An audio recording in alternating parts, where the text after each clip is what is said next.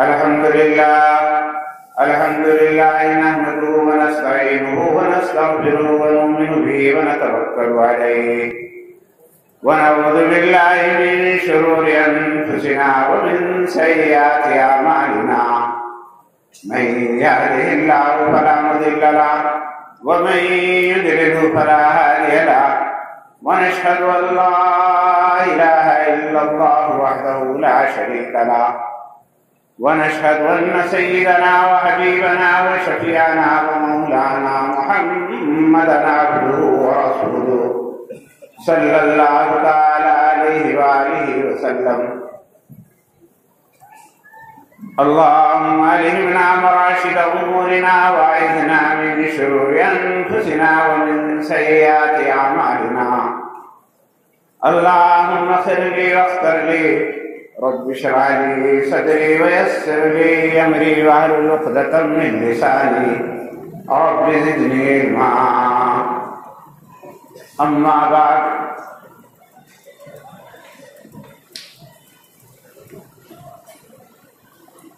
عن عائشة رضي الله تعالى عنها أنها كانت يقول المتقون قادة والعلماء والفقهاء سادة.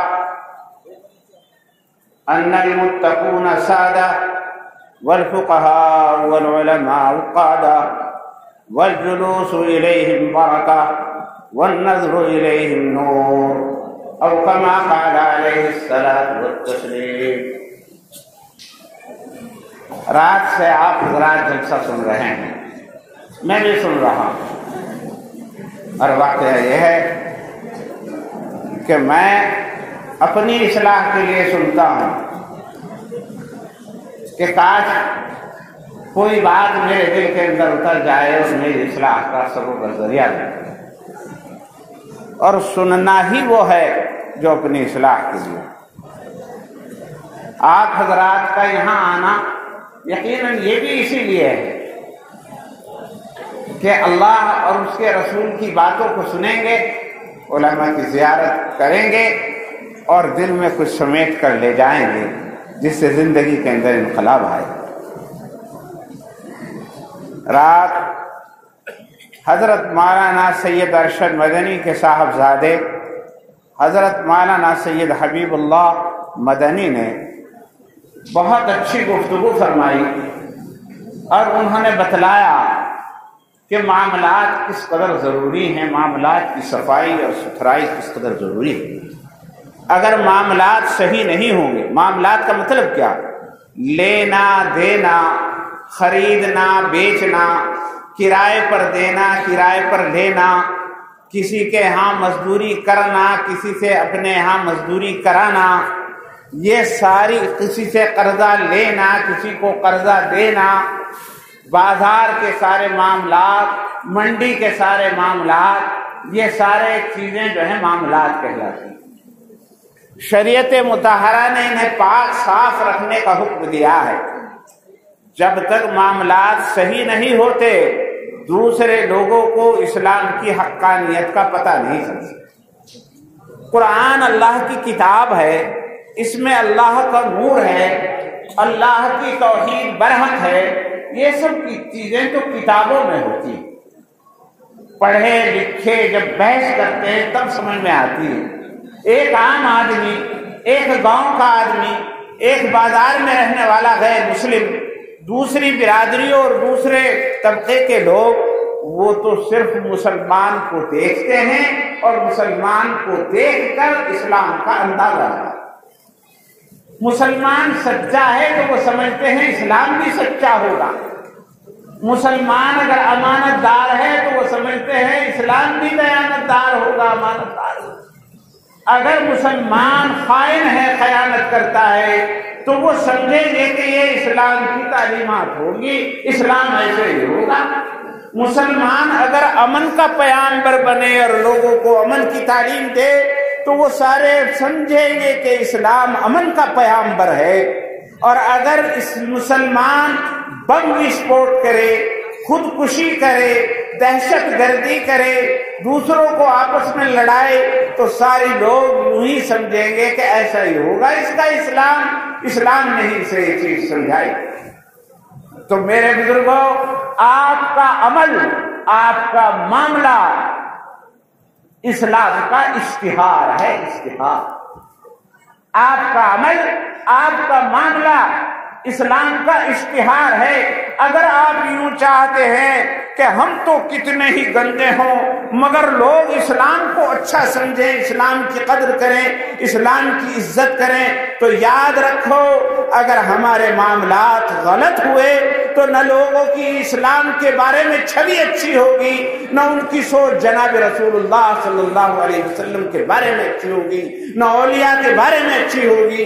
اگر لوگوں کی اسلام کے بارے میں اچھی سوچ ہوگی اور آپ یہ چاہتے ہیں کہ لوگ ہمارے نبی کا اکرام کریں، لوگ قرآن کو اللہ کی کتاب سمجھیں اور لوگ اسلام کی طرف کشش رکھیں، تو آپ کو اپنا مزاج بدلنا ہوگا، اپنے معاملات بدلنے ہوں گے۔ اگر آپ اپنے معاملات کو بدلیں گے تو یاد رکھیے، مجھے امید ہے کہ سارے عالم کی سوچ بدل جائے۔ اس بات کو بہت تفصیل سے بھی کہا جا سکتا ہے اور بہت تفصیل سے بھی بتایا جا سکتا ہے، مگر اس وقت اس موضوع پر میرا گفتگو کرنے کا ارادہ نہیں۔ میں تو خلاصہ بتانا چاہتا تھا اپنے لفظوں میں کہ مولانا حبیب اللہ مدنی نے جو بات کہی ہے وہ معاملات کی صفائی سے متعلق بات کہی، اور معاملات کی صفائی کس قدر ضروری ہے۔ خلاصے کے طور پر میں نے وہ باتیں اور کچھ اپنی طرف سے آپ کو بتلا دی ہیں۔ یاد رکھیے، اگر آپ عزت کی زندگی چاہتے ہیں اور اسلام کی زندگی بھی چاہتے ہیں تو صرف جلسوں اور جلوسوں سے نہیں ہو۔ ہم قصوروار سمجھتے ہیں سوئٹزرلینڈ کے ان انگریزوں کو جنہوں نے رسول اللہ کی توہین کی، یا بعض لوگوں کو جو قرآن شریف کے اوپر الزام لگاتے ہیں، جو قرآن شریف پر بین لگانے کا مطالبہ کرتے ہیں کہ وہ قصوروار ہیں۔ لیکن میں آج اپنوں کی محفل میں یہ بات پوری ذمہ داری کے ساتھ کہتا ہوں کہ وہ ذمہ دار ہیں یا نہیں، لیکن ہم اس کے ذمہ دار ہیں۔ ہم نے ایسا ماحول بنایا، ہم نے ایسی شکلیں بنائی کہ ہاں لوگ یوں سوچنے لگے جیسے یہ ایسا ہی ان کا قرآن ہوگا اور جیسے یہ ایسا ہی ان کا رسول ہوگا۔ انہیں کیا پتا رحمت للعالمین کی رحمت للعالمین تھا۔ انہوں نے تو ہمیں دیکھا ہے، ہمیں دیکھا ہے بم پٹکاتے ہوئے، ہمیں دیکھا ہے ظلم کرتے ہوئے، ہمیں دیکھا ہے خیانت کرتے ہوئے، ہمیں دیکھا ہے ایک دوسرے کے ساتھ برائی کرتے ہوئے۔ دنیا کے اندر جرائم سب سے زیادہ مسلمانوں کے اندر۔ اگر مجھ سے نہیں جانتے تو پوچھ لو کسی جیلر سے جا کر، اور کوئی تناسب معلوم کر لو، نیٹ پر سرچ کر لو کہ ہندوستان کے اندر ہی قیدیوں کی تعداد کتنی فیصد مسلمان ہے اور کتنی فیصد غیر مسلمان۔ ویسے آپ 20% ہوں گے، لیکن جیل میں مسلمانوں کی تعداد 50% نظر آئے گی۔ امن والوں کے یہ حال ہوتے ہیں؟ امن والوں کو ایسا ہونا چاہیے۔ تو بہرحال ہمیں اپنے معاملات درست کرنے ہوں گے۔ اگر آپ معاملات درست نہیں کر سکتے تو یاد رکھو، یہ جو جلوس نکالنے تم چل دیتے ہو جوالا پور میں اور وہاں، اور صاحب مطلب یہ کہ سوئٹزرلینڈ کے اس کے خلاف جھنڈے جلا کرتے ہو اور ان کے ساتھ پتلے پھونکتے ہو، اس سے نہ اسلام کو عزت ملنے والی ہے اور نہ قرآن کو عزت ملنے والی ہے۔ عزت ملے گی، العزت للہ ولرسولہ وللمؤمنین، ساری کی ساری عزت تو اللہ نے اپنے لیے، رسول کے لیے اور مومنین کے لیے رکھی ہے، لیکن شرط یہ ہے کہ وہ مومن۔ جو عربی کے طلبہ ہیں وہ جانتے ہیں کہ جب کسی مشتق پر حکم لگایا جاتا ہے تو اس کا مشتق منہ اس حکم کی علت ہوا کرتا ہے۔ العزت للہ ولرسولہ وللمؤمنین، عزت مومنین کے لیے ہے۔ کیوں؟ مومنین اس میں مشتق ہے جو دلالت کرتا ہے اس بات پر کہ العزت للمؤمنین لایمانہم، کہ مومنین کے لیے عزت ہے ان کے ایمان کی وجہ سے۔ تو اگر عزت نہیں مل رہی تو اس کا مطلب یہ ہے کہ کہیں نہ کہیں ایمان کے اندر کھوٹ، تو اپنے معاملات درست کرنے ہوں گے۔ دوسری تقریر حضرت مفتی توحید اللہ صاحب کی ہوئی رات میں، اور انہوں نے قرآن کی نسبت پر بات کی۔ ظاہر بات ہے کہ ایمان کا سرچشمہ قرآن پاک ہے، ایمان کا سر چشمہ قرآن پاک. اگر آدمی قرآن سے ہٹ کر ایمان کا کوئی سر چشمہ تلاش کرنے لگے تو وہ بے وقوف ہے.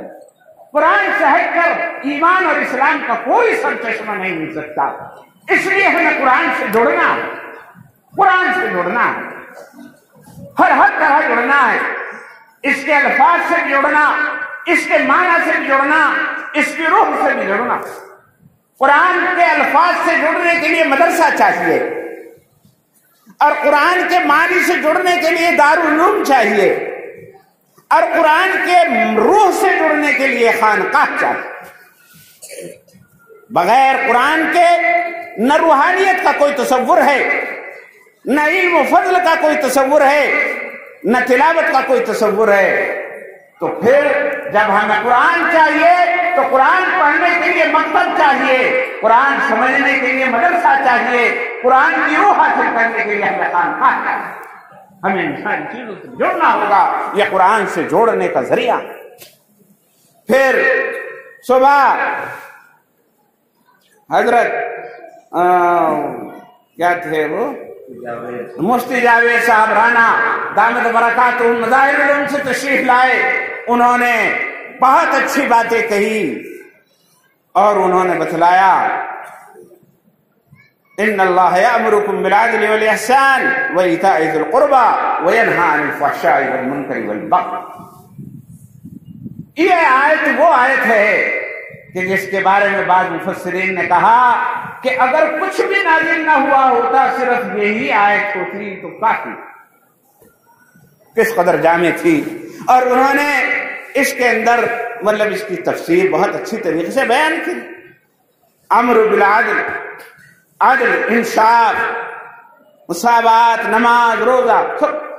اور پھر حضرت مفتی حضرت مولانا مفتی سید محمد عمیر صاحب، حضرت شیخ الحدیث مولانا زکریا قدس سرہ العزیز کے نواسے، حضرت مولانا سید عاقل حسین صاحب صدر المدرسین دارالعلوم مظاہر العلوم سہارنپور، اور شیخ الحدیث مظاہر العلوم سہارنپور کے صاحبزادے، انہوں نے تو ساری ہی شریعت میں گھما کر کے آپ کے سامنے ہر طرح کی مطلب یہ کہ ہر طرح کی تعلیمات آپ کے سامنے پیش کر دی. بس میں تو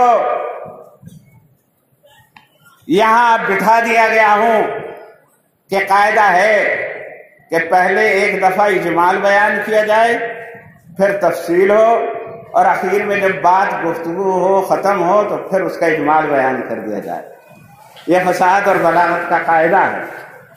تو میں تو اس جلسے کا ایک ورق ہونے کی حیثیت سے آپ کے سامنے وہ جو حضرات نے تفصیل بیان کی اس کا میں نے آپ کے سامنے اجمال بیان کر دیا.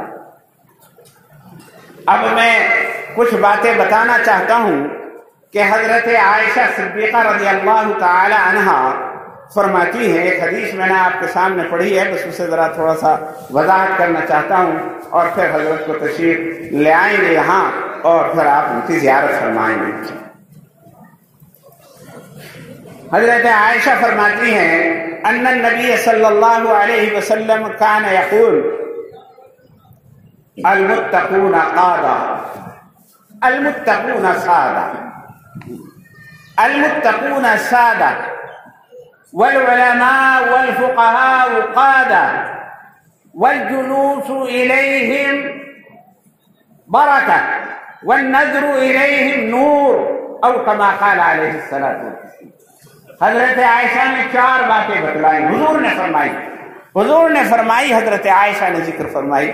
وہ 4 باتیں میں مختصر طور پر آپ کے سامنے پیش کرنا چاہتا ہوں.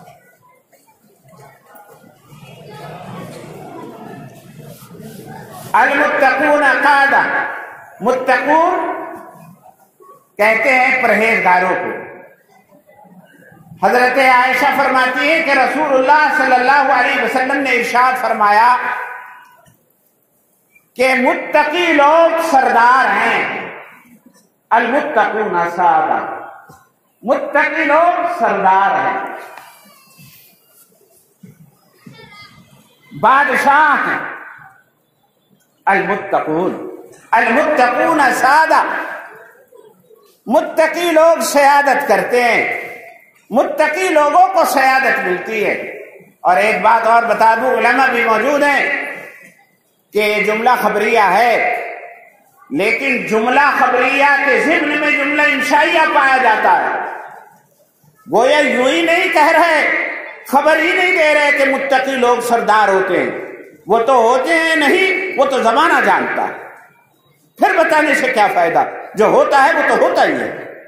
اس کے اندر حکم ہے کہ اگر سیادت چاہتے ہو تو تقوی اختیار کرو، اگر سیادت چاہتے ہو، سردار بننا چاہتے ہو، بادشاہ بننا چاہتے ہو تو اپنے اندر تقوی پیدا کرو۔ المتقون سادہ، اے اتقوا اللہ فتکونون سادہ، تم اللہ کے لیے تقوی اختیار کرو تو انشاءاللہ تم ایک دن خود سید بن جاؤ گے اور خود سردار بن جاؤ گے۔ المتقون، حدیث پاک قرآن پاک کے اندر آتا ہے، انا خلقناکم من ذکر و انثی وجعلناکم شعوبا وقبائل لتعارفوا ان اکرمکم عند اللہ اتقاکم۔ لوگ بعض دفعہ کسی کی سیادت کو یوں سمجھتے ہیں کہ اس کی کسی اور خارجی وجہ سے اس کو سیادت حاصل ہو گئی، حالانکہ سیادت اللہ کے فضل سے ملتی ہے، اور اللہ کا فضل تقوی اور طہارت سے ملتا ہے۔ اور اگر بظاہر سیادت مل بھی جائے تو وہ سیادت نہیں ہوتی، وہ سیادت کا صرف نام ہوتا ہے۔ سیادت تو اس کو ملتی ہے جس کے اندر تقویٰ ہوتا ہے، اور یہ بات میری نہیں، جناب رسول اللہ صلی اللہ علیہ وسلم کی بات ہے۔ اس لیے جسے سردار بننا ہو اسے چاہیے کہ وہ تقوی کی زندگی اختیار کرے۔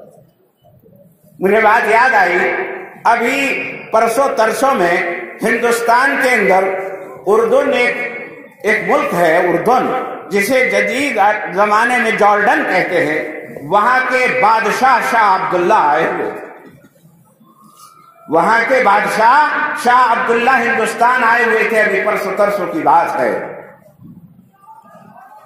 اور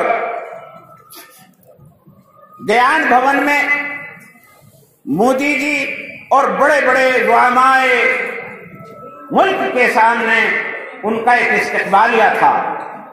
اس استقبالیہ میں مودی جی نے ہی تعارف کرانے کے لیے ملک کا حضرت مولانا سید محمود مدنی کو دعوت دی کہ وہ تعارف کرائیں۔ یہ سید محمود مدنی مولانا اسعد مدنی کے بیٹے حضرت مولانا سید ارشد مدنی کے بھتیجے ہیں۔ حضرت مولانا سید محمود مدنی نے ان کے سامنے جو ہندوستان کا تعارف کرایا، وہ تو ایک لمبی بات ہے، ان کی لمبی تقریر ہے۔ انہوں نے بتایا کہ ہمارے ملک کی خاص بات یہ ہے کہ اس میں مختلف رنگ اور نسل اور مذہب کے لوگ ہیں اور آپس میں محبت اور رواداری کے ساتھ رہتے آئے ہیں۔ انہوں نے ذکر کرتے ہوئے یہ کہا، اور یہ رواداری اور یہ محبت جو ہم کو ملی ہے ورثے میں، اس کا ذکر کرتے ہوئے انہوں نے کہا کہ اس کی ایک وجہ یہ ہے کہ اس ہندوستان کے اندر صوفیاء کرام میں سے حضرت خواجہ معین الدین چشتی اجمیری رحمۃ اللہ علیہ تشریف لائے۔ انہوں نے دنیا کو پیغام محبت دیا، الفت دیا، دوسرے اور لوگوں کا بھی ذکر کیا، گرو نانک کا بھی ذکر کیا، رام جی کا بھی ذکر کیا، بہت سارے لوگوں کا ذکر کیا، مگر انہوں نے ان صوفیاء کرام اولیاء اعظام کا ذکر کیا اور کہتے ہوئے کہا کہ یہ وہ لوگ تھے جو دلوں کے اوپر بادشاہت کرتے تھے۔ یہی جملہ میں آپ کو بتانا چاہتا ہوں، یہ وہ لوگ تھے جن کی زندگی طہارت اور پاکیزگی سے عبارت تھی، اور یہ وہ لوگ تھے جو دلوں کے اوپر راج کرتے تھے، یہ دلوں کے بادشاہ تھے۔ یہی الفاظ ہیں، یہ وہ لوگ ہیں۔ حضرت خواجہ معین الدین چشتی اجمیری کے بارے میں کہا، یہ وہ لوگ ہیں جنہوں کی دلوں پر حکومت تھی، اور پھر دونوں بادشاہوں کی طرف نظر ڈال کر مولانا نے فرمایا، اور بادشاہت تو وہی ہوتی ہے جو دلوں پر بادشاہت تو وہی ہوتی ہے، یعنی ایک طرف تو اردن کا بادشاہ تھا، اردن کا بادشاہ تھا، اور دوسری طرف ہندوستان جیسی عظیم الشان سلطنت کا وزیر اعظم جو بے تاج کا بادشاہ ہوا کرتا ہے، جناب مودی جی تشریف فرما تھے، اور دونوں کی طرف نظر ڈال کر کے فرمایا کہ یہ لوگ دلوں کے بادشاہ تھے، یہ صوفیاء کرام، اور بادشاہ تو وہی ہوتا ہے جو دلوں پر بات کرتا ہے، دلوں پر حکومت کرتا ہے۔ تو بہرحال یہ ایک بات تھی جو میں نے کہی کہ ایک فقیر زادے نے دو بڑے بادشاہوں کی آنکھوں میں آنکھ ڈال کر یہ بات بتلائی کہ بادشاہت یہ نہیں ہوتی جو زبردستی بادشاہت اختیار کر لی جائے، بادشاہت تو وہ ہوتی ہے جو دلوں کے اوپر حکومت سے حاصل کی جائے۔ اور آپ جانتے ہیں، آپ تو بہت واقف ہیں کہ یزید نے لوگوں کے دلوں کو تو جیتا نہیں، لیکن زبردستی حاکم بن بیٹھا، اور زبردستی حاکم بن بیٹھ کر اور اس نے لوگوں کو اپنا ماتحت بنانا چاہا، لوگوں سے اپنی زبردستی بھیج لی، لیکن حضرت حسین رضی اللہ تعالی عنہ نے اس کا انکار کر دیا، اور اسلام کے لیے انہوں نے تقوی اختیار کیا کہ ایسا نہ ہو کہ اس کی اطاعت کرنے کی وجہ سے اسلام کی چھوی خراب ہو جائے۔ وہ کوئی اقتدار کی جنگ نہیں تھی، ورنہ اقتدار کی جنگ 72 آدمیوں سے نہیں لڑی جاتی۔ ایک بے وقوف سے، ایک کم سے کم عقل کا آدمی یہ جانتا ہے کہ 72 آدمیوں کے ذریعے سے اتنی بڑی سلطنت سے لڑائی مول نہیں لی جاتی، بلکہ جو لوگ جانتے ہیں سیاست کے داؤ پیچ کو، وہ یہ بات جانتے ہیں کہ حضرت حسین کو فوراً اس بات مان لینی چاہیے تھی، پھر مدینے آ جانا چاہیے تھا، مدینے آ کر کے اپنی فوج فرلا بناتے، اور پھر فوج فرلا بنا کر کے پھر یزید کے ساتھ لڑائی لڑتے۔ لیکن اگر ایسا کرتے تو ایک سیاسی لیڈر میں اور حضرت حسین میں کیا فرق رہ جاتا؟ جھوٹ اور سچ کی سیاست میں اور اسلام کی حقانیت میں کیا فرق رہ جاتا؟ اس لیے حضرت حسین نے یہ کیا، سرداد نداد دست در دست یزید، سر چلا جائے لیکن اسلام کی حقانیت کو ہاتھ سے نہ جانے، ورنہ ساری دنیا کے مسلمان کہتے اگر جب بڑا سامنے آ جاتا ہے، جب ظالم سامنے آ جاتا ہے تو اس کی اطاعت کر لینی چاہیے، اور کتنا ہی چاہے غلط کیوں نہ ہو اس کی بات مان لینی چاہیے۔ حضرت حسین نے بھی مان لی تھی، ہماری تو کیا حیثیت ہے، اگرچہ شریعت میں اس کی گنجائش موجود تھی، لیکن حضرت حسین یہ بتا دینا چاہتے تھے کہ ایک عزیمت ہوتی ہے، ایک رخصت ہوتی ہے۔ انہوں نے عزیمت پر عمل کیا کہ نہیں، یہ بھی مثال ہونی چاہیے کہ ظلم کے خلاف وہ آواز اٹھاتے ہوئے اپنی گردن بھی چلی جائے تو پرواہ نہ ہونی چاہیے۔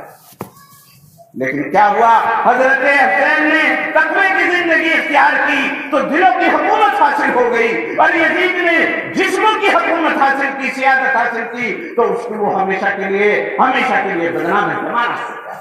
لہذا ہو سکتا ہے کہ آپ سب لوگ جانتے ہوں کہ یزید کو ذرا سی بھی عزت حاصل نہیں ہوئی، لیکن حضرت حسین نے وہ حکومت کی کہ حضرت خواجہ معین الدین چشتی اجمیری کہنے لگے شاہست حسین بادشاہست حسین، حضرت حسین تو بادشاہ ہیں اور شاہ۔ مجھے عرض کرنا ہے کہ تقوی والے بادشاہ ہوا کرتے ہیں، جو جس قدر تقوی اختیار کرتا ہے جتنی اس کی حکومت چھا جاتی ہے۔ تو اگر آپ یہ چاہتے ہیں کہ تقوی اختیار ہم سیادت حاصل کریں تو اس کا ذریعہ تقوی ہے، اس کا ذریعہ طہارت ہے، اس کا ذریعہ پاکیزگی۔ میرے بزرگوں لکھا ہے، بزرگوں میں کتابوں کے اندر لکھا ہے کہ ایک بہت بڑا بادشاہ ہوئے ہیں ہارون رشید بادشاہ ہوئے ہیں، بہت بڑے، ان کی سلطنت بہت وسیع تھی۔ آج کی 10-20 سلطنتیں اس کے اندر آتی ہیں۔ ان کی ایک بہت ہی پیاری محبوبہ بیوی تھی جن کا نام زبیدہ تھا۔ بادشاہ کی طرف سے اعلان تھا جلوس کا، اس کا جلوس نکلا، لیکن پھر دیکھا کہ سارے لوگ بادشاہ کا وہ جلوس چھوڑ کر کہیں کو چلے گئے۔ زبیدہ نے پوچھا یہ کیا چکر ہے کہ بادشاہ کا فرمان ہے، بادشاہ کا جلوس ہے، لوگ یہاں آئے اوائے اسے چھوڑ کر کے کہاں جا رہے ہیں؟ تو ہارون رشید نے سر جھکا کے بتایا کہ آج ایک بہت بڑے بزرگ اللہ والے حضرت عبداللہ ابن مبارک یہاں تشریف لائے، اور حضرت عبداللہ ابن مبارک کی زیارت کے لوگ لیے یہاں سے چھوڑ کر کے چلے۔ تو زبیدہ نے کہا کہ پھر بادشاہت تو ایسی ہے، بادشاہ کا جلوس ہے، بادشاہ بھی ایسا ویسا نہیں ہے، بڑا جلیل القدر بادشاہ ہے، لیکن بادشاہ کا جلوس چھوڑ کر اس بزرگ کی، اس بوریا نشین کی، اس فقیر کی زیارت کے لیے چلے گئے۔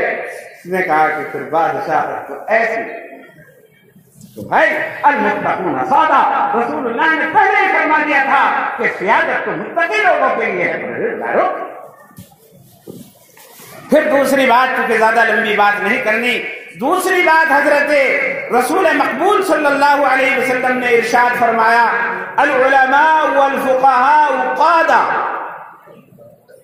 العلماء والفقهاء قادہ، کہ علماء اور فقہا دین کی سمجھ رکھنے والے مفتیان کرام جو ہیں وہ قائد ہوتے ہیں۔ العلماء والفقهاء قادہ، قادہ کے معنی ہے رہنمائی کرنے والا، قائد کی جمع ہے رہنمائی کرنے والا۔ علماء اور فقہا کا کام ہے رہنمائی کرنا، اور خوش نصیب ہے وہ شخص جو علماء کی رہنمائی کو قبول کرتا ہے اور اس کے مطابق عمل کرتا ہے، زندگی گزارتا ہے، تو وہ خوش نصیب ہے۔ اور جو علماء اور فقہا کی باتوں کو نہیں مانتا، ان کے فتووں پر عمل نہیں کرتا اور ان کے مطابق زندگی نہیں گزارتا، تو وہ بہت بڑا بد نصیب ہے، وہ بہت بڑا بد نصیب۔ کیسے ہوتے ہیں یہ علماء اور فقہا؟ قادہ، قیادت کرنے والے، رہنمائی کرنے والے، یہ ایسے رہنمائی کرنے والے ہوتے ہیں کہ عوام کی بھی رہنمائی کرتے ہیں۔ یہ رات سے آپ کی رہنمائی ہو رہی، زندگی کیسے گزارو، معاملات کیسے ہونے چاہیے، قرآن کیسے پڑھو، مدرسوں کے ساتھ تمہارا معاملہ کیا ہونا چاہیے، مہمانوں کے ساتھ کیا ہونا چاہیے، آپس میں عدل و انصاف کیسا ہونا چاہیے، نماز کیسی پڑھی جانی چاہیے، یہ سارے فقہا کے کام ہیں جو رات سے یہاں ہو رہے ہیں، یہ آپ کی قیادت فرما رہے ہیں۔ اور یہ یہی نہیں بلکہ عوام سے لے کر علماء تک، اور علماء سے لے کر کے خواص اور بادشاہوں تک وہ لوگوں کی قیادت کرتے ہیں، وہ لوگوں کی رہنمائی کرتے ہیں، وہ انہیں سیدھا راستہ دیتے ہیں۔ میرے بزرگوں کتابوں کے اندر لکھا ہے کہ حضرت مولانا سید ابو الحسن علی میاں ندوی رحمت اللہ علیہ بہت جلیل القدر بزرگ ہیں، بہت جلیل القدر عالم۔ ایک دفعہ شاہ فیصل جو سعودی عربیہ کے بادشاہ تھے وہاں جانا ہوا، تو بادشاہ نے یہ خود کہا، بڑے بڑے علماء موجود تھے، تو انہوں نے اشارہ دیا کہ ہم تو علی کو سننا چاہتے ہیں، علی کو سننا چاہتے ہیں۔ عرب کا بادشاہ، عرب کے علماء، زبان بہت اچھی جاننے والے، زبان بہت بولنے والے، ایک سے ایک عالیشان وہاں کا عالم جو بڑے بڑے محلات کے اندر رہتے ہیں، علماء رئیسوں اور نوابوں کی طرح رہتے ہیں، لیکن یہ حضرت مولانا سید ابو الحسن علی میاں ندوی ایک ہندوستانی گوریا نشین عالم، مگر اس کے اندر چاشنی ہے، اس کے اندر روح ہے، اس کے اندر عشق ہے، اس کے اندر تقویٰ ہے، اس کے اندر فقہ ہے۔ وہ جو ہے تقوی کی بات جب کانفرنسیں ہوتی، بڑی بڑی کانفرنسیں ہوتی ہیں عالم عرب میں، اسلامی ممالک میں، تو 5 اسٹار ہوٹلوں میں ٹھہرتے ہیں سب۔ حضرت علی میاں بھی جایا کرتے، مگر کبھی 5 اسٹار ہوٹل میں ٹھہرنے کی بجائے اپنا کوئی مرید اور اپنا کوئی شاگرد کسی مسجد کے اندر وہاں امام ہوتا تو اس کو حجرے میں لاتے۔ یہ تقوی خاص، تو اس لیے بادشاہ کی طبیعت پر اتنا اثر تھا کہ بادشاہ نے کہا ہم تو علی کو سننا چاہتے ہیں، کیونکہ جو بات دل سے نکلتی ہے وہ اثر رکھتی ہے، از دل خیزت بر دل زیزت، دل سے ہی اٹھتی ہے اور دل پر ہی جا کر کے پڑتی ہے۔ تو پھر حضرت علی میاں نے بات چیت شروع کی۔ جب حضرت مولانا سید ابو الحسن علی میاں ندوی نے تقریر کی تو تقریر کیا تھی؟ تقریر یہ تھی کہ یہ قائد تھے، یہ عالم تھے، یہ فقیہ تھے، ان کی ذمہ داری تھی رہنمائی کرنا اللہ کے رسول کی جانب سے، اللہ کی جانب سے، اس لیے انہوں نے پوری رہنمائی کی۔ اس بادشاہ کے محل کی طرف دیکھا اور دیکھ کر کے پھر انہوں نے کہنا شروع کیا کہ یہ بادشاہ کا محل ہے اور بہت کچھ ہے یہاں پر، لیکن ہمارے ملک کے اندر بھی ایک بادشاہ ہوا کرتا تھا اور ان سے اور پھر بتلایا کہ اس کی سادگی کا کیا علم تھا کہ وہ ٹوپیاں بنتا تھا اور ٹوپیاں بن کر کے اس سے کمائی کر کے کھاتا تھا اور اس کے زمانے میں کوئی بھوکا نہیں سوتا تھا. وہ اس طرح تھا. اس کی جو مطلب وہ بیان کیا تقوی والی زندگی کے بارے میں بیان کیا. اور ایک یہ ہے کہ عرب کا بادشاہ ہے, حجاز کا بادشاہ ہے اور سلطنت اسلامیہ کے عظیم الشان بادشاہ ہے, اور اس کی سطوت کا اور اس کی جو ہے اس کا اتنا یہ علم ہے.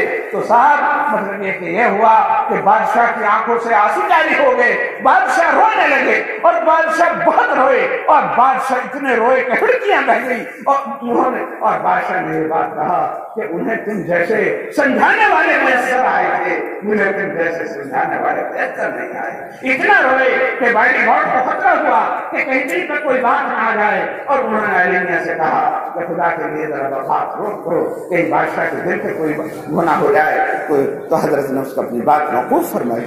تو انہوں نے قیادت کا حق ادا کیا, وبان دہل کیا. ابھی کی بات ہے, مجھے معلوم ہوا حضرت مولانا سید ارشد مدنی دامت برکاتہم نے ابھی ایک تقریر کرتے ہوئے کہا کہ ہم اس بنیاد پر کانگریس کی حمایت کرتے آئے کہ ان کا وہ سیکولر جماعت تھی, ادھر بی جے پی تھی ادھر وہ تھی, وہ سیکولر جماعت تھی, اس لیے ہم کانگریس کی حمایت کرتے آئے. لیکن اس کا مطلب یہ نہیں کہ مسلمانوں کے اوپر جو کچھ ہو رہا تھا ہم اس سے غافل تھے. سکریٹریٹ کے اندر دیکھو مولانا اسد مدنی نے اور جمعیت علماء ہند نے کتنی مرتبہ ملک کو اور سربراہان مملکت کو, کانگریس کے ذمہ داروں کو بتایا کہ دیکھو RSS ظلم کی طرف جا رہی ہے اور ظلم کر رہی ہے, بی جے پی کا ایجنڈا بڑھتا جا رہا ہے. اگر تم یوں سوچتے ہو یہ چیز صرف مسلمانوں کے خلاف ہے تو آپ یہ حماقت ہے. ایک دن ایسا ہوگا کہ مسلمان کو دلکرار, ایک دن کانگریس کو ہی اس سے سب سے زیادہ جھٹکا ہوگا اور کانگریس کی زمین کھسکی ہوئی ہوگی اور کانگریس کی تباہی اور بربادی کے اس میں ہوگی.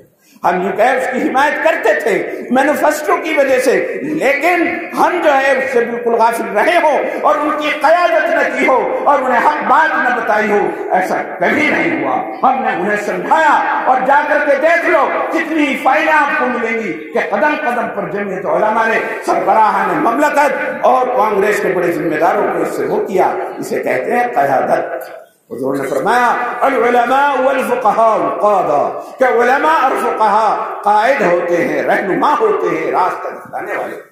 اس کے اندر پھر میں وہی بات کہوں گا کہ ہمیں ایک سبق ہے, اگر قیادت چاہتے ہو تو قیادت دھاندلی سے نہیں ملے گی, قیادت جو ہے جھوٹ سے نہیں ملے گی, قیادت جو ہے وہ مکاری اور ایجاری سے نہیں ملے گی, قیادت صرف سیاست کے میدانوں سے نہیں ملے گی. قیادت ملے گی تو سچی رہنمائی سے ملے گی. اللہ کے رسول نے فرمایا سچی رہنمائی اختیار کرو, حق اور انصاف کی بات کرو, ظلم کے خلاف بات کرو, تو پھر تمہیں انشاءاللہ قیادت ملے گی. اور اگر دنیا کی قیادت کسی وجہ سے جھوٹ سچ سے, مکاری سے, یاری سے, دغابازی سے بھی حاصل ہو گئی تو یاد رکھو آج حاصل ہو جائے گی, کل کو پھر نکل جائے گی. اور جب نکلے گی تو ہو سکتا ہے کہ آپ کے گلے کے اندر پھولوں کے ہار ہوں, لیکن جس دن مطلب یہ کہ وہ نکلے گی تمہارے ہاتھ سے تو وہی لوگ جنہوں نے ووٹ دے کر تمہیں پردھان بنا دیا ہے یا پچار بنا دیا ہے, وہ کل کو آپ کے گلے کے اندر جوتوں کا ہار بھی پایا.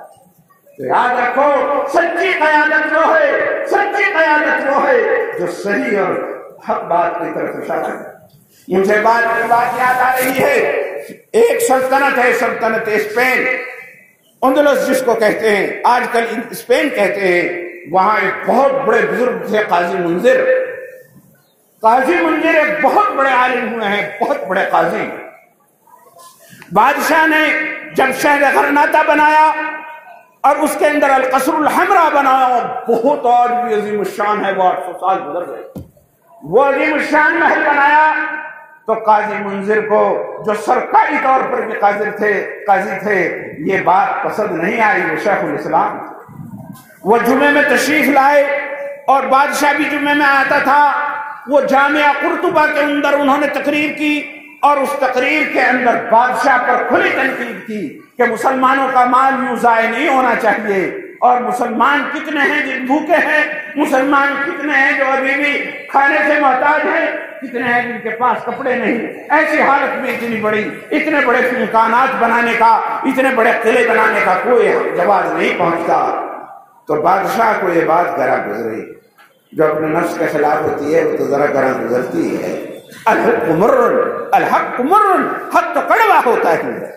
تو لہذا بادشاہ کو گرا گزری، اور بادشاہ نے کہا تو کچھ نہیں، وہ چلے گئے۔ لیکن بادشاہ لطیف المزاج بھی ہوتے ہیں، انہیں بہت رنج سا تھا، بہت جھکے سے تھے، بہت پریشان حال سے تھے۔ ان کے بیٹے نے پوچھا کیا بات ہے بادشاہ سے سلامت، اے ملک معظم کیا بات ہے؟ انہوں نے کہا کہ آج قاضی جی نے میری ایسی انسلٹ کر دی، قاضی جی نے ایسی بات کر دی کہ میں تو کہیں کا بھی مطلب مجھے اس کا بہت افسوس۔ قاضی جی نے تو جناب، تو بیٹے نے یوں کہا کہ اس میں اتنا پریشان ہونے کی کیا ضرورت ہے، اس میں اتنے پریشان ہونے کی کیا ضرورت ہے؟ آپ قاضی جی کو بدل دیجیے، آپ بادشاہ لوگ ہیں۔ اب بادشاہ کو قاضی جی کی بات بری ضرور لگی تھی، مگر اس کا مطلب یہ نہیں تھا کہ وہ قاضی کے مرتبے کو نہیں پہنچانتا۔ تیرا ناش ہو، یہ دیا تھا نا مشورہ، یہ مشورہ دیا، اس مشورے پر عمل کر کے میں عوام اور اللہ دونوں کی نگاہ کے اندر ذلیل ہو جاؤں، اللہ کی نگاہ میں بھی ذلیل ہو جاؤں گا اور عوام کی نگاہ میں بھی ذلیل ہو جاؤں گا، یہ دیا مشورہ۔ خیر وہ تو کھسک لیا۔ ہوا یہ کہ قاضی منظر کو وہ برخاست نہیں کر سکے، اور قاضی منظر شیخ الاسلام تھے، قاضی القضات تھے۔ بادشاہ اپنی خواہش کے خلاف، اپنی انسلٹ کے باوجود اسے نہیں کر سکا، معزول نہیں کر سکا۔ اس کی کیا وجہ؟ واقعہ یہ ہے تھوڑے ہی دنوں بعد ملک کے اندر زبردست قحط سالی ہوئی، اتنی قحط سالی کہ ملک جو ہے وہ لبدم ہو گیا، کچھ بھی موجود نہ رہا۔ تو پھر اسے یقین تھا اندر سے کہ قاضی منظر اللہ والے خدا رسیدہ ہیں، ان کے پاس اپنا رات کو قاصد بھیجا اور کہا کہ دیکھو، جا کر کے دیکھو قاضی جی کیا کہہ رہے ہیں، اور ان سے جا کر کے درخواست کرو کہ ملک کا ستیہ ناش ہوا جا رہا ہے، قحط سالی نے ملک کو تباہ اور برباد۔ غلام گیا، یہ صرف بادشاہ ہی نہیں، بادشاہ تو اس لیے پریشان تھا کہ اس کی مملکت کے اندر قحط سالی آئی ہوئی تھی، ملک کے پاس کچھ نہیں تھا، دانے دانے کو محتاج ہوتے جا رہے تھے۔ بادشاہ ہونے کی وجہ سے انہیں پوری عوام کی فکر تھی۔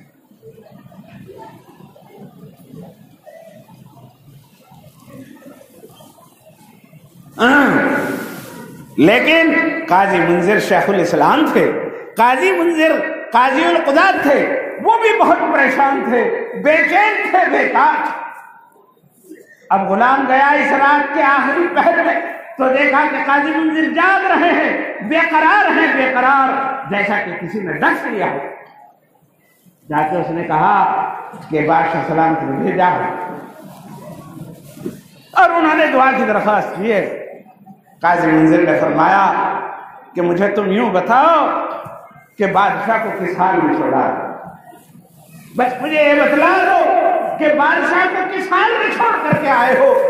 تو انہوں نے بتلایا کہ میں نے بادشاہ کو اس حال میں چھوڑا ہے کہ وہ ننگے سر ہیں، مسلح پر، زمین پر، ننگی زمین پر ان کا سر رکھا ہوا ہے، اور آنکھوں سے آنسو بہ رہے ہیں، وہ خدا کے سامنے گڑگڑا رہے ہیں اور خدا سے رحم کی بھیک مانگ۔ قاضی منظر نے یہ سنا تو ان کے دل کی ساری خطورتیں دور ہو گئی، اور ان کا سینہ بھی بھر آیا، آنکھوں سے آنسو جاری ہو گئے، اور قاضی منظر فرمانے لگے کہ جاؤ، پھر جاؤ اور بادلوں کا ساتھ لے کر کے جاؤ، کہاں مطلب جہاں تک ان کی سلطنت کا بات کرے گا، ابھی وہ واپس بھی نہیں آیا تھا کہ اللہ رب العزت نے بات۔ تو بھائی یہ قیادت ہوتی ہے. قیادت کا مطلب ہے رہنمائی کرنا. علماء کا کام ہے رہنمائی کرنا. اور ایک عوام کے درجے کی رہنمائی ہے جو یہاں ہو رہی ہے, ایک خواص کے درجے کی رہنمائی ہے جو میں نے بتایا مولانا ارشد مدنی نے کی. ایک اس سے بھی پرانوں کی بھی بات ہے جو مطلب یہ کہ قاضی منذر کا قصہ میں نے آپ کو سنایا تو حضور نے فرمایا تھا العلماء والفقہاء قادہ. علماء اور فقہاء قائد ہوتے ہیں. میرے بزرگوں, قائد بننا ہے تو علم حاصل کرو, قائد بننا ہے تو فقہ حاصل کرو, قائد بننا ہے تو دین کی سمجھ حاصل کرو. اور دین کی سمجھ اور فقہ صرف 4 کتابیں پڑھنے سے نہیں ہو جاتا. ہاں, آپ یہاں چونکہ پورے علاقے کا خلاصہ لب البابر کریم بیٹھا ہے, بہت سارے بچے یہاں پڑھتے ہیں, بہت سارے یہاں بچے پڑھتے ہیں, ان کے وارثان بھی یہاں موجود ہیں. بعض ماں باپ کی یہ تمنا ہوتی ہے کہ ہمارا بیٹا 8 سال کا کورس 7 سال میں کر لے اور 7 سال کا کورس 6 سال میں کر لے, بڑھانے کی بجائے اور گھٹانے کی فکر میں رہتے ہیں. بعض مدرسے والے مدغم کر دیتے ہیں, 2 سال کا 1 سال میں پڑھا دیا, 2 سال کا 1 سال میں کیا پڑھایا جائے گا, اور لوگ اسے پسند کرتے ہیں. اور اس طرح اپنے بچوں کے علمی تفقہ کے اندر کمی آ جاتی ہے. 4 کتابیں پڑھنے سے آدمی فقیہ نہیں ہو جاتا. بزرگ وہ تو علماء کی خدمت کرنے سے اور علماء علم کی گہرائی حاصل کرنے سے انسان کو فقہ حاصل ہوتا ہے. اگر آپ یہ چاہتے ہو کہ قاضی منذر جیسا معاملہ ہو, مولانا ارشد مدنی جیسی بات ہو, اور مطلب یہ کہ قیادت کا حق ادا کرنے والے ہمارے بچے ہوں, تو ان میں ایمانی حمیت پیدا کرنی ہوگی, ان میں ایمانی غیرت پیدا کرنی ہوگی, ان کے علم میں ٹھوس اور عبقریت پیدا کرنی ہوگی, تب جا کر کے ہمیں وہ حاصل ہوگا. تو ہم قیادت اگر چاہتے ہیں, اپنے بچوں کو رہنما بننا چاہتے ہیں, انہیں قائد بنانا چاہتے ہیں, تو ہمیں بہت کچھ قربان کرنا ہوگا. میں زیادہ اس موضوع کو نہیں پھیلانا چاہتا. تیسری بات, جناب رسول اللہ صلی اللہ علیہ وسلم نے ارشاد فرمائی والجلوس الیہم برکہ, والجلوس الیہم برکہ. ہاں, ایک آدمی متقی بھی نہیں ہے, عالم اور فقیہ بھی نہیں ہے, وہ کیا کرے؟ ایک آدمی ابھی متقی بھی نہیں, تقوی کے لیے تو بہت مضبوط ایمان چاہیے, تقوی کے لیے تو بہت بڑا ایمان چاہیے مضبوط, خدا کے اوپر یقین چاہیے. علم بھی نہیں ہے, فقیہ بھی نہیں ہے, تو وہ کیا کرے؟ ان کے لیے بھی اللہ کے رسول نے فرمایا والجلوس الیہم برکہ, کہ علماء کرام کے پاس بیٹھنا, ان کی صحبت اختیار کرنا, متقی لوگوں کی صحبت اختیار کرنا برکت کا سبب ہے. علم میں بھی برکت ہوتی ہے, اخلاق میں بھی برکت ہوتی ہے, ایمان میں بھی برکت ہوتی ہے, ہر چیز کے اندر برکت ہوتی چلی جاتی ہے جب انسان کسی کی صحبت اختیار کرتا ہے. والجلوس الیہم برکہ, اللہ والوں کے پاس بیٹھنے سے بھی برکت ہے. برکت آپ یہ دیکھ لو, پنکھے کے پاس بیٹھ گئے تو ہوا آتی ہے, اور بھٹی کے پاس بیٹھ گئے تو گرمی آتی ہے, دریا کے پاس بیٹھ گئے تو ٹھنڈ لگتی ہے, اور دھوپ اور آگ کے پاس بیٹھ جاتے ہیں تو گرمی لگتی ہے. چیزوں کے اندر اللہ نے ان کی صحبت میں اثر رکھا ہے. اولیاء اللہ کی صحبت میں بھی اثر رکھا ہے. صحبت صالح ترا صالح کنت, اور صحبت طالح ترا طالح کنت. اللہ والوں کی صحبت تمہیں نیک بنا دیتی ہے, اور بروں کی صحبت تمہیں برا بنا دیتی ہے. کیا آپ نہیں جانتے صحابی کسے کہتے ہیں؟ صحابی اسے کہتے ہیں جس نے حالت ایمانی میں حضور کی زیارت کی, ایمان لایا اور حضور کی زیارت کی, اور ایمان پر ہی اس کا انتقال ہو گیا, تو وہ صحابی ہے. چاہے 1 گھنٹے کے لیے دیکھا, اور اس کا درجہ اتنا بڑا ہے کہ ساری دنیا کے اولیاء اللہ, اقطاب, غوث اور قطب مل کر ایک صحابی کے درجے کو نہیں پہنچ سکتے. والجلوس الیہم برکہ, اولیاء اللہ بزرگان دین کے پاس بیٹھنے میں برکت ہوتی ہے. اتنی برکت ہوتی ہے, ایک عام آدمی ایمان کی حالت میں رسول اللہ کی صحبت اختیار کر لیتا ہے تو وہ جو ہے وہ صحابی ہو جاتا ہے, صحابی کی صحبت اختیار کر لیتا ہے تو تابعی ہو جاتا ہے, اور تابعی کی صحبت اختیار کر لیتا ہے تو تابعی ہو جاتا ہے. میرے بزرگوں, جب خوشبودار چیز یہاں پھول کھلتا ہے رات کی رانی کا تو آس پاس کا سارا علاقہ معطر ہو جاتا ہے. تو صحبت میں اللہ نے اثر رکھا ہے. اس لیے جو لوگ تقوی کے اعلیٰ معیار پر نہیں ہیں اور علم و فقہ کی زندگی بھی اور وقت بھی گزر گیا ہے، انہیں چاہیے کہ وہ علماء کی مجلسوں کو اختیار کریں، علماء کی مجلسوں میں آئیں اور جلسوں میں آئیں، بزرگان دین کی باتوں کو سنیں. کیا اس سے علم نہیں بڑھے گا؟ کیا دین کی سمجھ میں اضافہ نہیں ہوگا؟ کیا نور کی وہ جو ہے، کیا دل کے اندر ایمان کے اندر تازگی نہیں ہوگی؟ کیا اعمال کی رغبت پیدا نہیں ہوگی؟ یہ جلسے اور جلوس جس کا انتظام اس مدرسے نے آپ کے لیے کیا ہے، یہ تقوی کی بھی درسگاہ ہے، یہاں سے تقوی کی بھی تعلیم ملتی ہے، یہاں آپ کے بچوں کو علم و فقہ بھی پڑھایا جاتا ہے، اور یہاں سے آپ کے لیے جلسے کا انتظام کر کے اور وقتاً فوقتاً آپ کے لیے مجلس العلماء کا بھی اہتمام کیا جاتا ہے. یہ مدرسہ آپ کے لیے سراپا خیر ہے. بہرحال یہ جو ہے اس سے آپ کو برکت حاصل ہوتی ہے. مختصر بات، چونکہ بات لمبی ہوتی جا رہی ہے، ایک بات اور رہ گئی. حضور نے فرمایا وَالنَّظْرُ إِلَيْهِمْ نور، اولیاء اللہ کی طرف دیکھنا بھی نور ہے. اسی پہ میں بات ختم کرتا ہوں. حضرت عائشہ فرماتی ہے کہ حضور نے فرمایا وَالنَّظْرُ إِلَيْهِمْ نور، اور ان کی طرف دیکھنا بھی نور، اور اس زیادہ نور کا سبب ہے قلب کے اندر نور پیدا ہوتا ہے، قلب کے اندر نور پیدا ہوتا ہے، انسان کے اندر ایمان میں تازگی آتی ہے، اسلام کی حقانیت کا پتہ چلتا ہے. میرے بزرگوں، مختصر سی بات، حضور اکرم صلی اللہ علیہ وسلم کے زمانے میں عیسائیوں کے علماء کا ایک وفد نجران آیا. اس میں بڑے بڑے پوپ پادری تھے. حضور علیہ السلام کے پاس ٹھہرے اور کئی دن ٹھہرے. مسجد نبوی میں انہیں ٹھہرایا گیا اور ان کے ساتھ مناظرہ ہوا. اسلام کی حقانیت کی بات کی گئی اور وہ جو ہے اس موجودہ عیسائیت کے بطلان کی بات کی گئی. بہرحال وہ مناظرہ چلتا رہا. اللہ کا رسول ہے مناظرہ کرنے والا. ہاں ایک بات اور پتہ چل رہی ہے، مناظرے سے دین نہیں پھیلتا. جناب رسول اللہ ہیں، ان سے زیادہ ناطق الحق والصواب کون ہو سکتا ہے؟ ان سے بڑی حجت و برہان کون ہو سکتا ہے؟ اس کا وجود ہی حجت ہے، اس کا وجود ہی برہان ہے. اور وفد نجران ہے، وہاں کے عیسائی ہیں، دلائل سے بات ہوتی رہی، وہ بھی دیتے رہے، وہ مطمئن نہیں ہوئے. جب مطمئن نہیں ہوئے تو حضور اکرم صلی اللہ علیہ وسلم نے ایک روحانی حربہ اختیار کیا، طریقہ اختیار، اور کہا کہ اچھا تمہارا اطمینان نہیں ہو رہا؟ نہیں. نے فرمایا کہ اچھا اللہ پر تو تمہارا یقین ہے؟ اللہ پر تو یقین تھا. حضرت عیسیٰ کے ماننے والے بھی اللہ پر یقین رکھتے ہیں، اس کی کبریائی اور سلطنت پر یقین رکھتے ہیں. تو انہوں نے کہا کہ اللہ دعاؤں کو بھی سنتا ہے. ہاں سنتا ہے. نے کہا پھر ایسا کرتے ہیں، کل کو تم بھی اس مدینے سے باہر میدان میں نکل آؤ اور ہم بھی ندعو ابناءنا وابناءکم ونساءنا ونساءکم وانفسنا وانفسکم ثم نبتہل فنجعل لعنت اللہ علی الکاذبین. اللہ کے رسول نے فرمایا کہ پھر ایسا کرو کہ تم خود بھی نکلو، اپنے بیٹوں کو بھی لو، اپنی عورتوں کو بھی لو، اپنی جان کو بھی لو، تم نکلو اور ہم بھی نکلتے ہیں. ہم اپنے بیٹوں کو لے کے نکلتے ہیں، اپنی عورتوں کو لے کے نکلتے ہیں اور اپنی جان کو لے کے نکلتے ہیں اور اس میدان میں آ جاتے ہیں. اور میدان میں آنے کے بعد اللہ سے دعا کرتے ہیں، اے اللہ ہم میں سے جو جھوٹا ہو اسے ہلاک، اسے برباد کر دے ہمیشہ ہمیشہ کے لیے. اسے مباہلہ کہتے ہیں.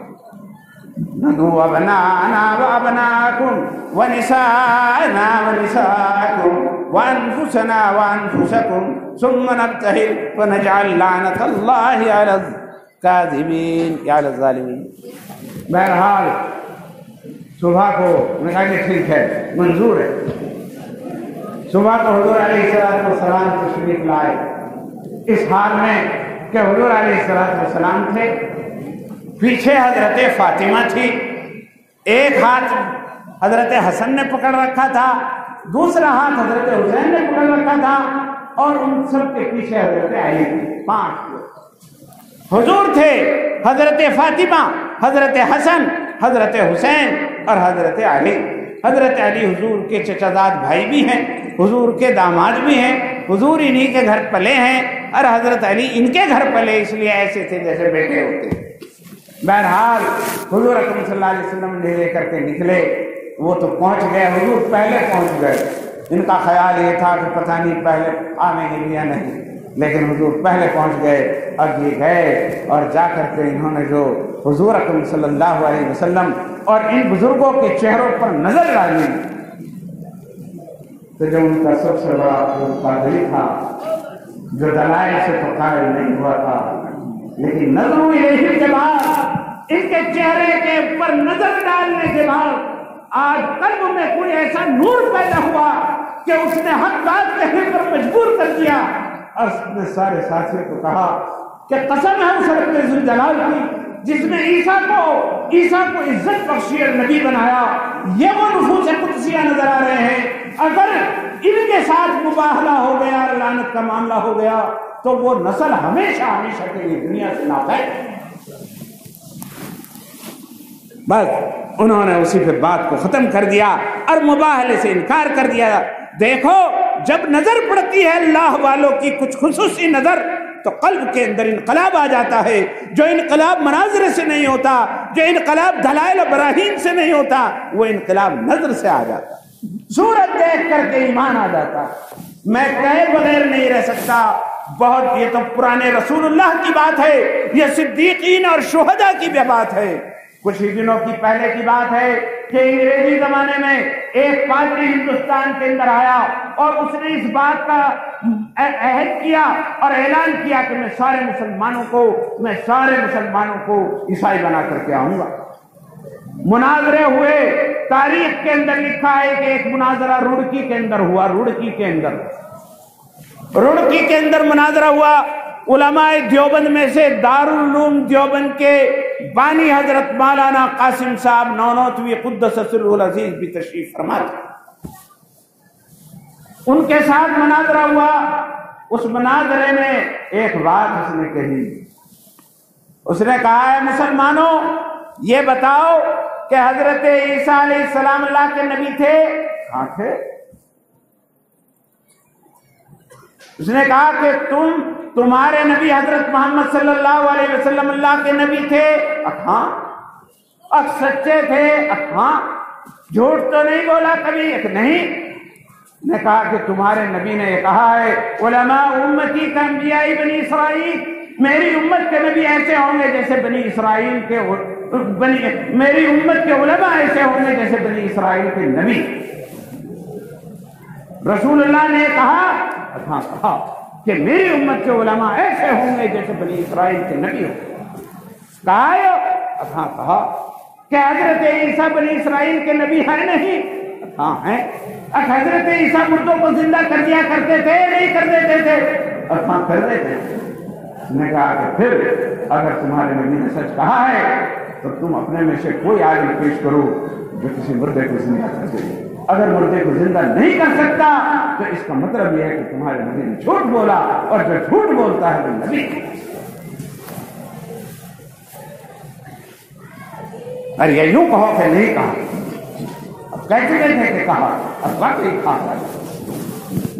تو حضرت مولانا قاسم نونوتوی قاسم العلوم والخیرات دارالعلوم دیوبند کے بانی، ان کا ایمان دیکھیے کہ انہوں نے انتہائی بشاشت کے ساتھ اس چیلنج کو قبول کر لیا اور کہا کہ ہاں انشاءاللہ ہم اپنا میں سے کسی کو پیش کر دیں گے اور ایسا کر کے دکھلا دیں گے، کیونکہ میرا نبی جھوٹ نہیں بولتا، میرا نبی بالکل سچ۔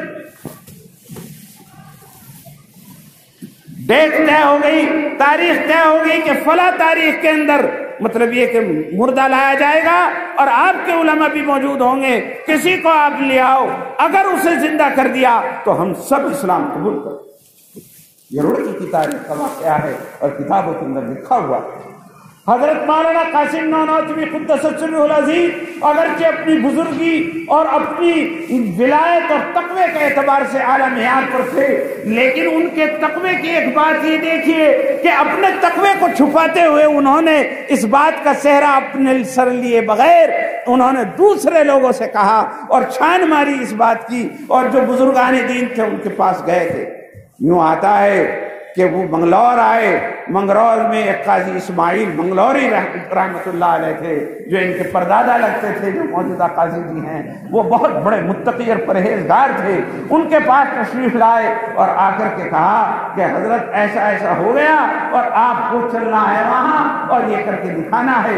تو حضرت نے فرمایا توبہ کرو، توبہ یہ ایک بندوں کے کام ہے، اللہ کا کام ہے، توبہ کرو، مردوں کو زندہ کرنا کہیں بندوں کا کام ہے، یہ تو اللہ کا کام ہے۔ اس نے کہا کہ حضرت ایسی ویسی اب توازوں سے کام نہیں چلے گا، یہ اسلام کے حقانیت طریقت کا معاملہ ہے۔ تو جب انہوں نے اس بات کو دیکھا تو فرمایا کہ اچھا چلو دیکھیں گے، چلیں گے۔ تو چنانچہ وقت مقررہ ہوئی اور حضرت وہاں تشریف لائے۔ حضرت مولانا قاسم نانوتوی بھی تھے اور وہ بھی تھے۔ جب وہاں تشریف لائے، جنازہ لایا گیا اور وہ لوگ جو ہیں وہ مطلب یہ کہ وہ پادری لوگ بھی آئے۔ جب پادری لوگوں نے ان کے چہرے کی طرف دیکھا تو وَالنَّظْرُ إِلَيْهِمْ نور، اللہ والوں کی طرف دیکھنا بھی نور، اس کا اثر ہوا، ایسا نور پیدا ہوا، ایسی تاثیر پیدا ہوئی۔ اس تاثیر اور نور کی بنیاد پر ان کے دلوں سے یہ بات نکلی بے ساختہ کہ خدا کی قسم جو صورتیں ہمارے سامنے آئی ہیں یہ واقعی اصلاح ایسی ہے کہ صاحب مطلب یہ کہ اگر چاہیں گی تو مردے کو زندہ کر دے گی۔ ابھی تو بس پول کی پول ہے کہ پتہ نہیں ہوتا ہے نہ ہوتا، ان عیسائیت کے لیے بھی اس میں بچاؤ ہے، اس لیے انہوں نے مان لیا اور اسے مطلب یہ کہ اسے اسلام کو قبول کیا۔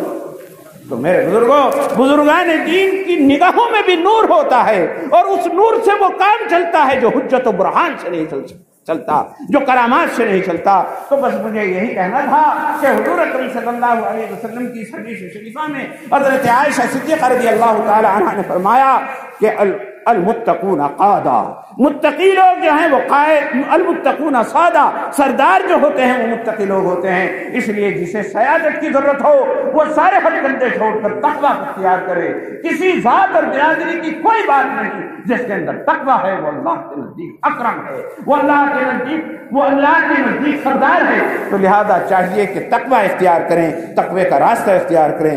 دوسرے حضور نے فرمایا العلم والفقہاء قادہ، کہ علماء اور فقہاء جو ہیں قائد ہیں، رہنمائی ہیں، جو چاہتے ہیں کہ اپنے بچوں کو قائد بنائیں، انہیں چاہیے کہ وہ اپنے بچوں کے لیے علم اور فقہ کا راستہ ہموار کریں۔ اور تیسری چیز یہ کہ دونوں چیزیں ہاتھ سے نکل گئی تو بزرگان دین اور مطلب یہ کہ علماء کرام کی صحبت اختیار کریں۔ والجلوس الیہم برکہ، اس سے علم میں بھی برکت ہوگی، ایمان میں بھی برکت ہوگی، اخلاق میں بھی برکت ہوگی، ساری چیزوں میں برکت ہوگی۔ اور تیسری چوتھی چیز اگر زیادہ بھی نہیں تو اسے تو کوشش کریں ہی کہ کہیں کوئی اللہ والا ہو تو اسے دیکھنا بھی اپنے لیے ذخیرہ سمجھیں، اور کیونکہ اس کا ان کی طرف دیکھنا بھی نور اور برکت کا سبب ہے۔ اگر کسی کی طرف نظر رحمت پڑ جائے تو معاملہ بگڑا ہوا معاملہ سمجھ جاتا ہے۔ اللہ رب العزت ہمیں سمجھنے کی اور عمل کرنے کی توفیق عطا فرمائے۔ میرے بزرگوں، یہ آپ کا مدرسہ ہے، یہ آپ کا مدرسہ ہے، یہ آپ کی چھاونی ہے، یہ آپ کی طرف اللہ کی امانت، اللہ کی امانت۔ اس مدرسے نے آپ کی پورے علاقے کی، پورے ہندوستان میں بلکہ باہر تک کے بہت سارے بچوں کی خدمت کی۔ اس نے کوشش کی ہے کہ تقوی کی تعلیم ہے، اس نے کوشش کی ہے کہ تقوی کی تقریر ہو، تقوی کی باز ہو، تو تقوی لوگوں تک پہنچایا جائے۔ اس نے کوشش کی ہے کہ قرآن شریف پڑھایا جائے، الفاظ سکھائے جائیں، معنی بتائے جائیں، فقہ دیا جائے۔ اس نے کوشش کی ہے ایسی مجالس منعقد کی جائیں، ایسے جلسے منعقد کیے جائیں۔ سال بھر تعلیم ہے لیکن چند مرحلے، 2-4 مرحلے تو سال میں ایسے آ ہی جاتے ہیں جس میں آپ لوگوں کو اکٹھے کر کے ان بزرگان دین اولیاء اللہ علماء سے روبرو کرایا جاتا ہے تاکہ آپ کی نظروں سے ملیں اور آپ بھی ان کی صحبتوں سے مستفید ہوں، اپنے قلب کو گرمائیں اور اپنے ایمان کو کریں۔ میرے بزرگوں، یہ سب کچھ کیا ہو رہا ہے؟ یہ سب کچھ یہی تو ہو رہا ہے۔ یہاں دعائیں مانگی جاتی ہیں، یہاں رویا جاتا ہے، یہاں رحمت مانگی جاتی ہے، یہاں رزق، برکت، امن، سکون مانگا جاتا ہے۔ تو میرے بزرگوں، یہ اس مدرسے کا احسان ہے۔ تو هل جزاء الاحسان الا الاحسان، احسان کا بدلہ احسان ہے۔ اس مدرسے کے ساتھ بھی آپ کا احسان ہونا بہت ضروری ہے۔ اکڑ والوں کے لیے خاص طور پر یہ اللہ کا بہت بڑا انعام ہے کہ اللہ رب العزت نے عظیم شان درجگاہ میں عطا۔ اور میں سمجھتا ہوں ان کے اندر کچھ لوگ ایسے مخلص رہے ہیں شروع سے آخر تک کہ ان کے اخلاص کی وجہ سے یہ چیز پروان چڑھی ہے، ورنہ اس دور میں، جس دور کے اندر ذرا سا کام ہونا بھی بڑا مشکل ہے، بہت مشکل ہے اس دور کے اندر کوئی رفاہی کام ہونا بغیر کسی ظاہری اسباب کے، ایک دور ماندہ اور پسماندہ علاقے کے اندر اتنا بڑا دینی ادارہ ہونا، خیر کا اتنا بڑا سر چشمہ چلنا، رات دن ہدایت کی ہوائیں چلنا اور علم کی بہاریں آنا، یہ اللہ رب العزت کا بہت بڑا فضل ہے۔ تو اے پورے علاقے والوں اور مطلبیہ کے گاؤں والوں، تمہارے اوپر لازم ہے کہ اس مدرسے کی قدردانی کریں اور اس سے محبت رکھیں، اس سے الفت رکھیں، اور اس کی صحیح قدردانی یہ ہے کہ اس کے ساتھ محبت رکھیں، تعلق رکھیں۔ قربانی تو آپ دیتے ہی ہیں، پیسے تو آپ دیتے ہی ہیں، اور وہ تو آپ کو دینے ہی ہیں، اور وہ تو سارا کام آپ کو چلانا ہے۔ اب یہ چھوٹا موٹا معاملہ نہیں، اب کوئی تقریباً 1.25 کروڑ کے قریب بات پہنچ رہی ہے، 1.25 کروڑ کے قریب بات پہنچ رہی ہے۔ کئی سو بچے، 400 سے زیادہ بچے کھانا کھا رہے ہیں، اس کے علاوہ 50 آدمیوں سے زیادہ کا اسٹاف، اور اللہ 50 آدمی، یہ اتنا بڑا تعمیری خرچہ ہے، تعمیری خرچہ ہے۔ یہ سب کچھ آپ کے سامنے ہے، آپ کو کیا کہا جائے اور کیا بتایا جائے۔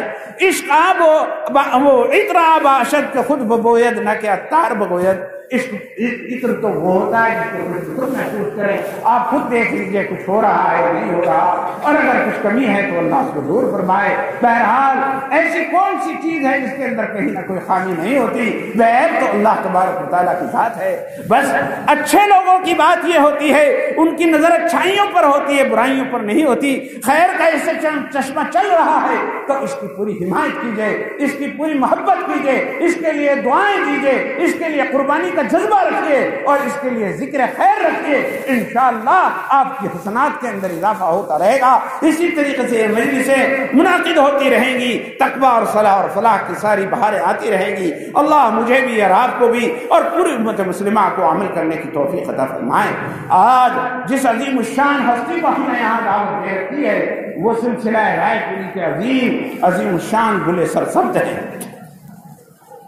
حضرت شیخ الحدیث حضرت مولانا شاہ عبد القادر صاحب رائے پوری رحمۃ اللہ علیہ کے خلیفہ، حضرت شاہ عبد القادر صاحب رائے پوری رحمۃ اللہ علیہ کے خلیفہ تھے ملا عبد الرشید صاحب، اور ان کے خلیفہ تھے مفتی عبد القیوم صاحب، جن کا بھی انتقال ہوا، جن کے جنازے میں ہزاروں نہیں لاکھوں لوگوں نے شرکت کی۔ یہ ان کے چچا پیر لگتے ہیں، اور حضرت والا کو اللہ رب العزت نے خصوصی سیادت عطا فرمائی تھی۔ حضرت والد صاحب سے، اپنے والد صاحب بھی بڑے بزرگ تھے، ان سے بھی اجازت حاصل تھی، اور پھر سنا کہ جب ان کو یہ بیعت ہوئے تو تھوڑے ہی دنوں کے بعد انہیں اجازت اور خلافت مل گئی۔ کسی نے کہا کہ حضرت انہیں تو بہت جلدی اجازت مل گئی، تو حضرت رائے پوری نے فرمایا جس کے پاس پہلے سے گٹھڑی ہو اس میں کائے کی دے۔ حضرت ضعیف ہیں، تقریر نہیں فرماتے اب ضعف کی وجہ سے، تو اس لیے بس مطلب یہ کہ کہیں جانا آنا اس طرح نہیں ہوتا، بہت کمزور ہیں، ویل چیئر پر چلتے ہیں، لیکن ان خدام نے درخواست کی مدرسے والوں نے تو حضرت نے اسے قبول فرما لیا۔ حضرت تشریف لائیں گے، آپ صرف زیارت کریں گے، زیارت کریں گے، حضرت بچوں کے سر پر ہاتھ رکھیں گے، نکاح پڑھائیں گے، دعا کریں گے، اور پھر آپ حضرات میں سے جو لوگ بیعت ہونا چاہتے ہیں وہ جو ہیں